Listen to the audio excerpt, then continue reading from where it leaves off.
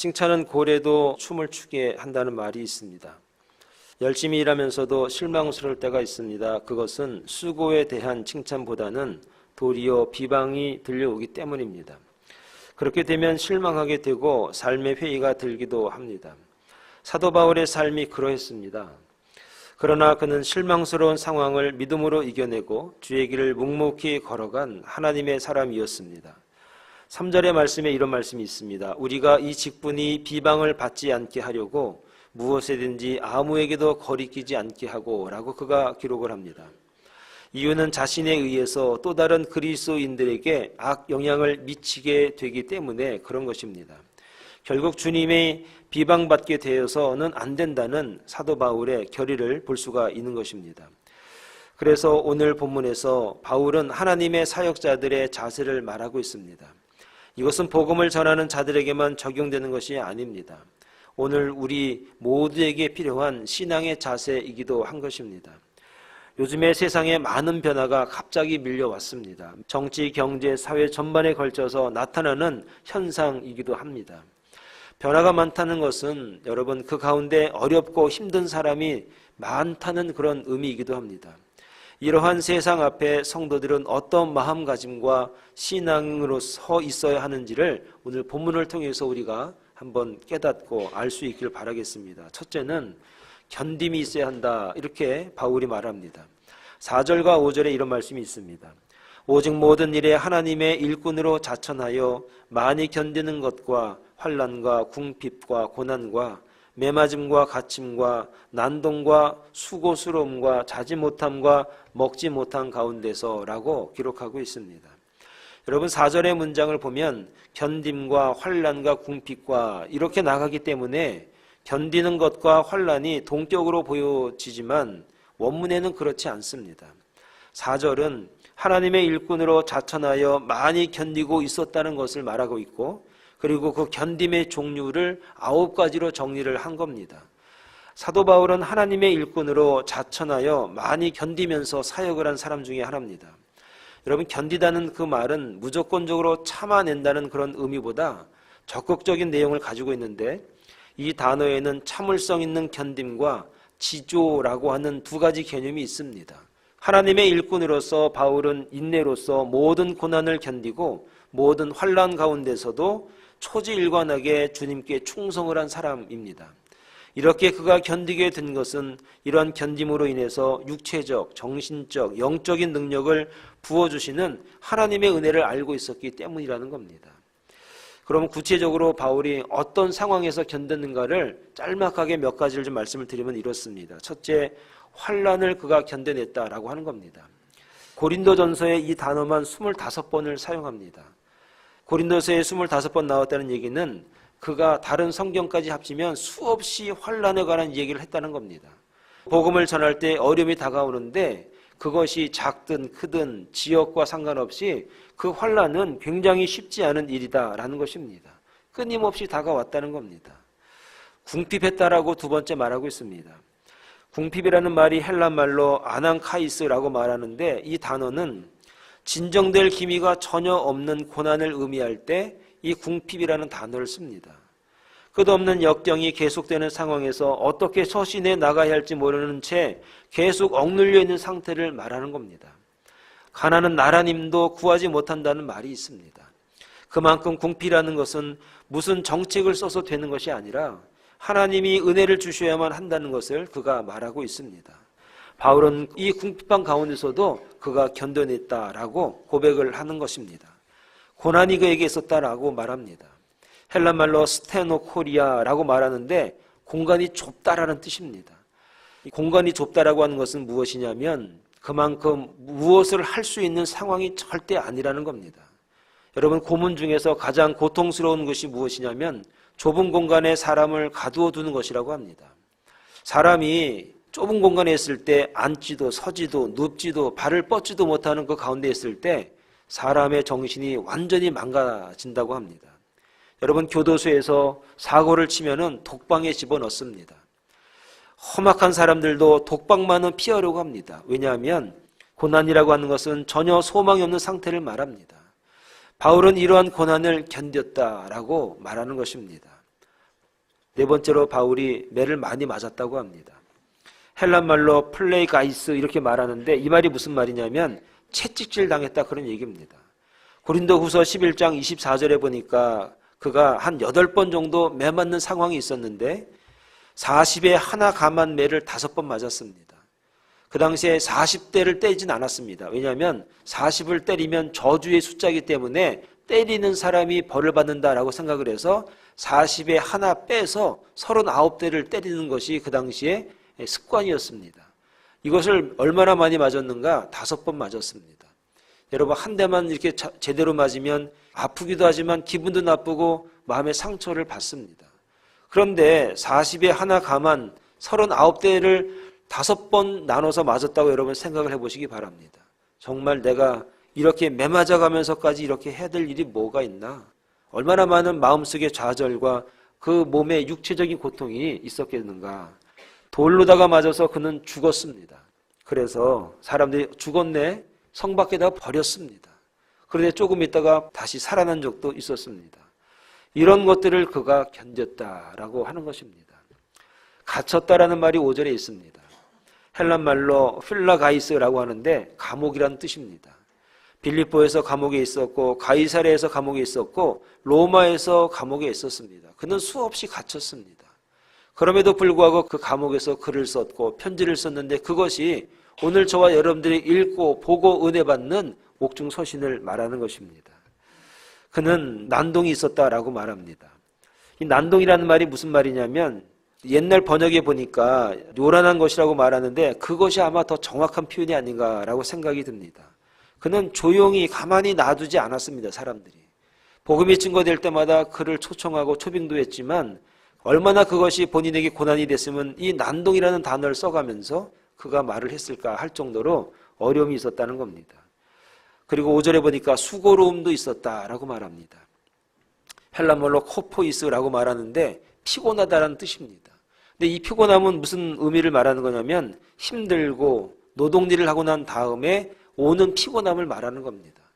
여러분 열심히 일한 다음에 바람이 살살 불 때 앉았을 때 여러분 졸음이 옵니다. 그리고 점심을 먹고 나면은 참 그렇게 힘들고 어렵습니다. 거기다가 운전까지 한다고 여러분 생각해 보시기 바랍니다. 눈꺼풀이 천근 만근 됩니다. 그렇게 열심히 노동하고 수고한 뒤에 오는 피곤함이 그에게 있었다라고 하는 겁니다.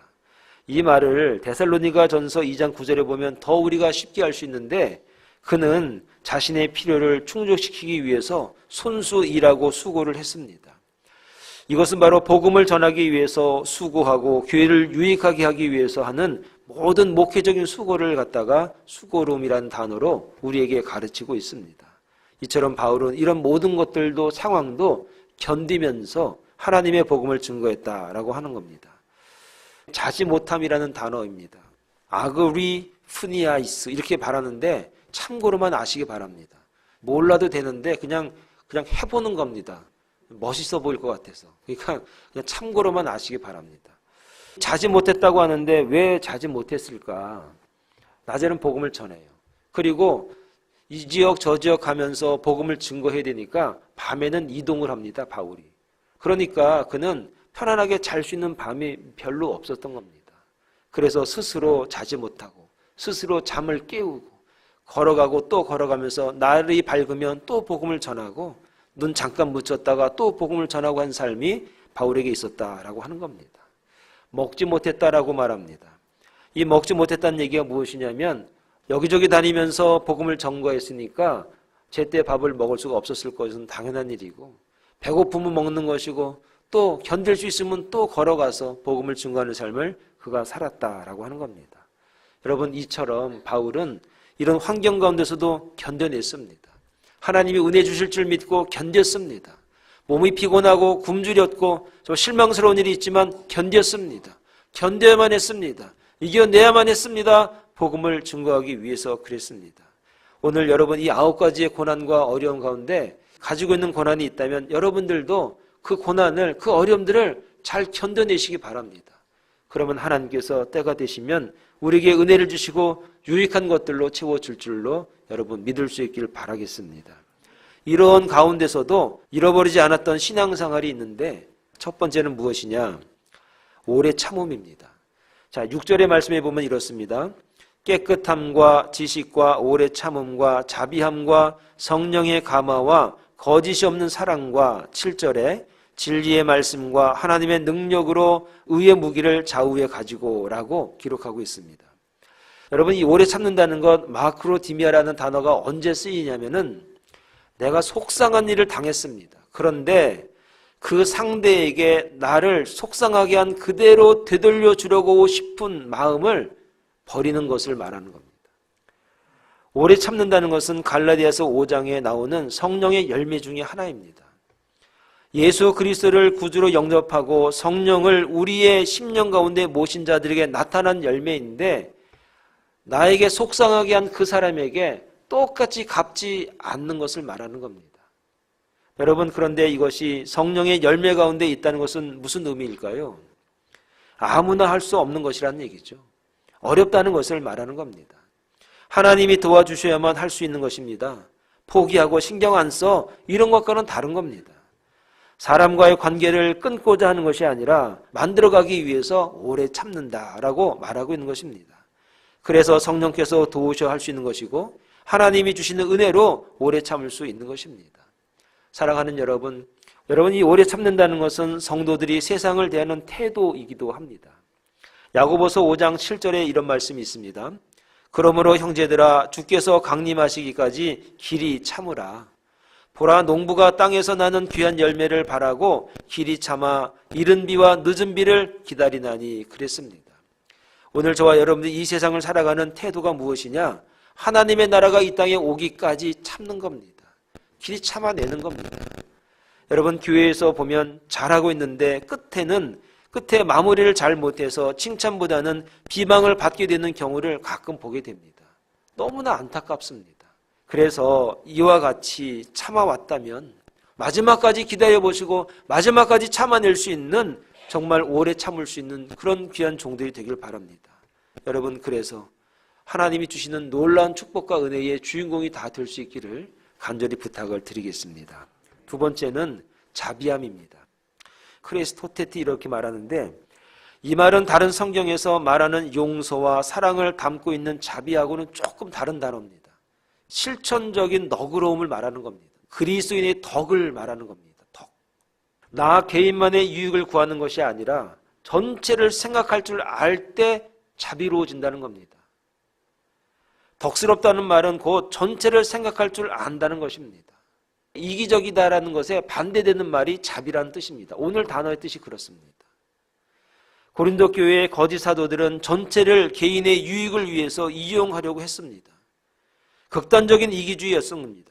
그런데 사도 바울은 자신을 헌신하여 그들의 필요를 돌아본 것입니다.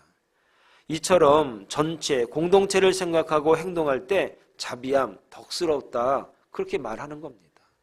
나도 중요하지만 교회가 중요하지. 나도 중요하지만 우리 모두가 중요하지. 그런 겁니다.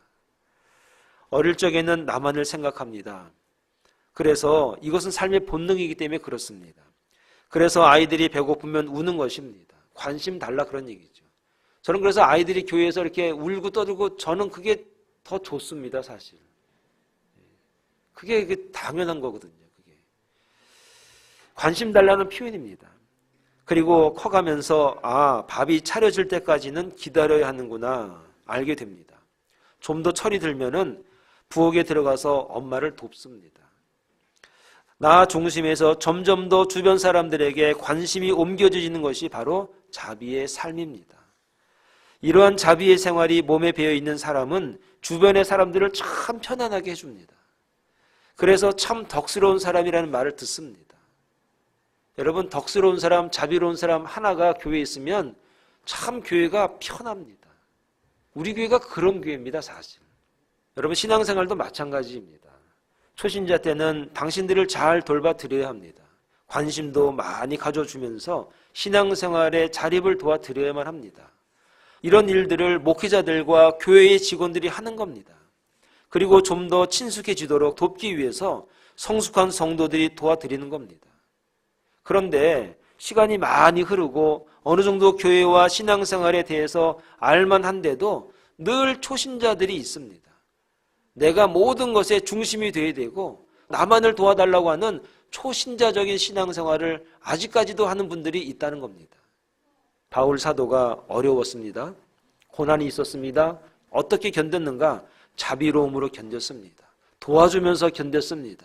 자신의 필요를 채우기보다도 내가 필요를 채워드려야겠다라고 하는 그 신앙의 자세를 가지고 그는 그 어려운 상황을 견뎌냈다라고 하는 것입니다.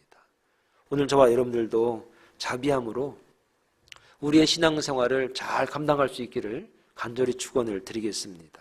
세 번째는 거짓이 없는 사랑을 그가 유지했다, 그렇게 말합니다. 아가페, 아니포크리토 이렇게 말하는데 이 말이 무슨 말이냐면 위선적인 사랑이 아니라 진실한 사랑이다, 그런 얘기입니다. 상대에게 듣기 좋은 말만 하는 것은 진실한 사랑이라고 할 수가 없다는 것이죠. 정말 사랑한다면 쓴소리, 질책도 할 수 있어야 한다, 그런 얘기를 말하는 겁니다. 그런 의미에서 거짓이 없는 사랑이라고 할 수 있는 것입니다. 요즘 전 세계적으로 교회의 메시지의 추세가 무엇이냐면 성도들이 듣기 원하는 메시지를 주로 하고 있다는 겁니다. 그래서 단기적으로는 부흥의 효과를 받는데 장기적으로는 교회의 침체와 사회의 영향력이 약화되었다는 것이 크게 전문가들의 평가입니다. 교회의 위선이 성도들을 병들게 했고 사회의 빛과 소금의 역할을 하지 못하도록 교회가 그렇게 만들었습니다. 지금 우리에게 하나님은 성경을 통해서 거짓 없는 사랑이 무엇인지를 끊임없이 말씀하고 계시는 겁니다.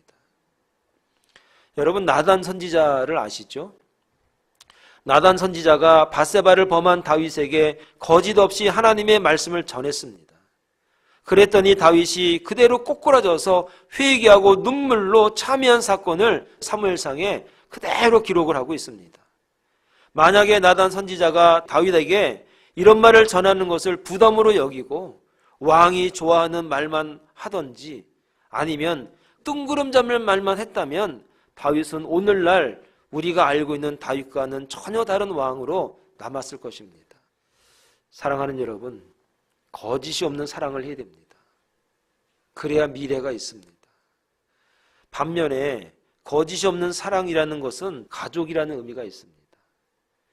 성도들이 가족이라고 생각하는 것입니다.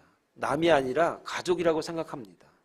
남이라고 생각하지 않는 것을 말하는 것인데 진실한 사랑을 그러면 할 수 있다는 겁니다.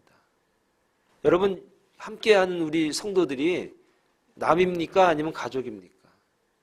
제가 남이에요, 여러분 가족이에요. 가족이라는 것은 같이 산다는 것입니다. 그래서 숨길 것도 숨길 수도 없습니다. 여러분의 자녀가 지금 이 시간에 큰 수술을 받아서 사경을 헤매고 있습니다. 그러면 지금 이 자리가 하나님을 예배하는 시간이지만 마음이 편치 않을 것입니다. 앉아있는 자리가 바늘방석일 수도 있습니다. 그리고 그 자녀를 위해서 기도를 해도 대충 하거나 건성을 하지 못합니다. 간절한 기도가 저절로 나오게 되어 있습니다. 사랑은 거짓이 없기 때문입니다. 여러분의 가족이나 자녀들이 누구도 용서받지 못할 범죄를 저질렀습니다.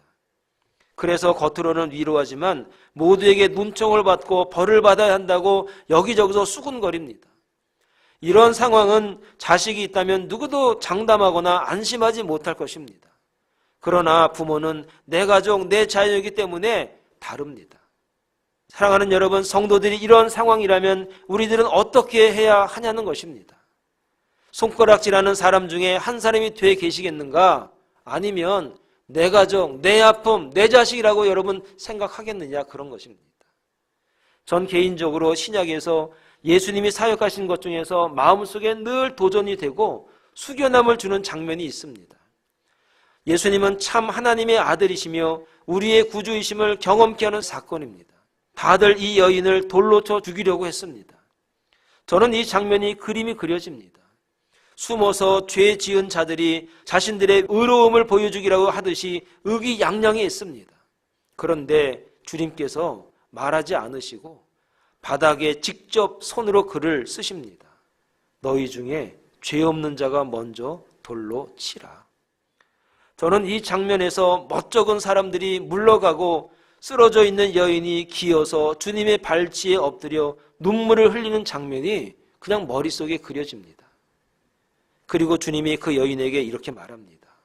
정죄하지 아니하노니 가서 다시는 죄를 범하지 말아라. 하나님의 사랑이 주님을 통해 우리에게 가장 적절하게 전달된 사건이 바로 요한복음 8장의 가늠한 여인 사건 아니겠습니까? 우리들이 수많은 나라 중에서 대한민국에서 태어났습니다. 어쩌다가 미국에서 살게 되었습니다. 미국에서도 캘리포니아, 그 중에서도 벨리라고 하는 동네에 우리가 이렇게 모여 살게 됐습니다. 그리고 교회를 다니게 되었는데 수많은 교회들이 있음에도 불구하고 공교롭게도 사랑의 동산교회에 출석하게 되었습니다. 우리가 이렇게 모인 것은 바로 하나님이 인도하셨다는 것 외에는 다른 말이 없다는 것입니다. 하나님께서 저와 여러분들을 묶어주신 것입니다. 좋은 일 하면서 잘 살아보라고. 그러한 성도들이 고통 가운데 있다면 그게 남의 일이냐 이 말입니다. 사랑하는 여러분, 진실한 사랑을 할 수 있는 그런 주의 종들이 되길 바랍니다. 네 번째는 진리의 말씀입니다. 로고 알레데이아스 이렇게 말하는데 어려운 일을 당할수록 하나님의 말씀을 의지했다, 그런 의미입니다. 여러분 시편 119편 71절 72절에 이런 말씀이 있습니다. 고난당한 것이 내게 유익이라 이로 말미암아 내가 주의 율례들을 배우게 되었나이다. 주의 입의 법이 내게는 천천 금은보다 좋으니이다. 고난당하는 가운데 하나님의 말씀을 보고 깨달았다는 것이고 하나님의 말씀은 금과 은보다 귀하고 중요하다는 것을 그가 알았다는 겁니다. 고난을 당해보니까, 어려움을 당해보니까 이 말씀이 살아서 내 마음속에 그렇게 와 닿는 겁니다. 시편 119편 67절에 또 이런 말이 있습니다. 고난당하기 전에는 내가 그릇 행하였더니 이제는 주의 말씀을 지키나이다. 사랑하는 여러분, 오늘 우리가 당하는 여러 가지 고난과 어려움이 있는데 고난이 다가올 때 이 진리의 말씀으로 승리할 수 있는 주의 종들이 다 될 수 있기를 간절히 축원합니다. 마지막으로 마음을 넓혀라. 마음을 넓히는 삶을 그가 살았습니다. 12절 13절에 이런 말이 있는데요. 너희가 우리 안에서 좁아진 것이 아니라 오직 너희 심정에서 좁아진 것이니라. 내가 자녀에게 말하듯 하노니 보답하는 것으로 너희도 마음을 넓히라 그랬습니다. 당시 고린도 교회는 거짓 사도들의 선동에 의해서 바울을 비방하고 모함했습니다. 그렇기 때문에 서로 간에 오해와 불신이 쌓여 있을 수 있었습니다. 그러나 바울은 고린도 교인들에게 11절에 뭐라고 말하냐면 나 마음 열었다. 나 마음이 열렸다. 그가 그렇게 얘기를 하는 겁니다. 마음이 닫혀 있어야 할 사람은 바울이죠. 마음 상하는 것은 바울이죠. 마음을 닫고 있어야 될 사람이 바울이죠. 그런데 바울이 나 마음 열었다. 나 마음을 열었어. 이런 얘기를 하는 겁니다. 그리스도인이 된다는 것은 여러분 스스로의 마음을 열고 넓히는 것이 그리스도인이 된다는 겁니다. 상대가 도리어 마음을 좁히고 열지 않고 있다고 하더라도 같이 그렇게 대하지 말고 넓게 나아가야 하는 것이 그리스도인입니다. 그래서 13절에 바울이 고린도 교회 성도들에게 뭐라고 권면하냐면 내가 자녀에게 말하듯 하노니 보답하는 것으로 너희도 마음을 넓히라. 사랑하는 여러분, 여러분 신앙생활하면서 마음이 좁은 분들을 우리가 만나게 됩니다. 집에도 있고 교회에도 있고 직장에도 있고 어디에도 그렇게 있습니다. 그런데 예수 믿는 사람은 어떻게 해야 되냐면 자녀에게 말하듯이 마음을 넓혀서 먼저 나가야 됩니다. 그러면 그 자녀가 그 마음이 닫힌 사람이 마음을 열고 나옵니다. 바울이 그 어려움을 견디면서도 이런 마음으로 고린도 교회에 나갔고 이제 저와 여러분들이 오늘 우리 교회에서 넓은 마음으로 나아갈 때 하나님의 사랑과 은혜가 우리 가운데 넘쳐난다는 사실 여러분 믿을 수 있길 바랍니다. 누가복음 17장 21절에 하나님의 나라는 볼 수 있게 임하는 것이 아니요 또 여기 있다 저기 있다고도 못하리니 하나님의 나라는 너희 안에 있느니라 그랬습니다. 이 신앙으로 한 주간도 여러분 열심히 승리할 수 있기를 간절히 축원을 드리겠습니다.